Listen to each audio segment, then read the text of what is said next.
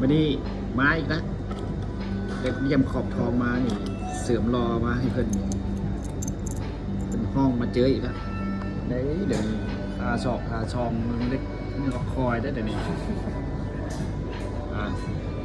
โอ้นี่เข็มขัดสมบูรณ์เนาะอย่าสมบูรณ์ความงามเปิดไว้120,000เด้อหากับขอบคำเด้อเปิดไว้120,000เดี๋ยวนี้บนธรรมดา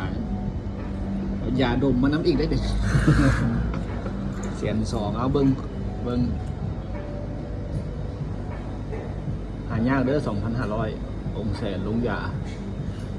ลายห่วงเข่าขอบขาวปีเซียนสุดยอดได้จริงเนี่ยราคาขึ้นวะ120,000เป็น130,000ด้วยวะต่อดีๆมีโดดด้วยต่อแอร์กลับบ้านเด้อ 120,000พร้อมขอบท้อง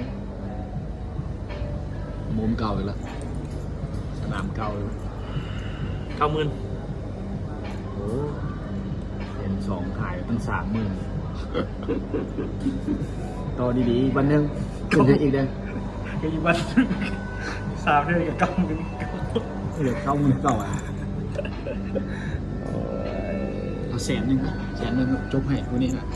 ขอเป็นเงินสดแล้วจบแล้วนะ 95โอนหรือสด บ่มีทั้งสอง เมียนให้เราได้นี่นะเมียนเราได้ต่อดีๆไม่โดนเนาะ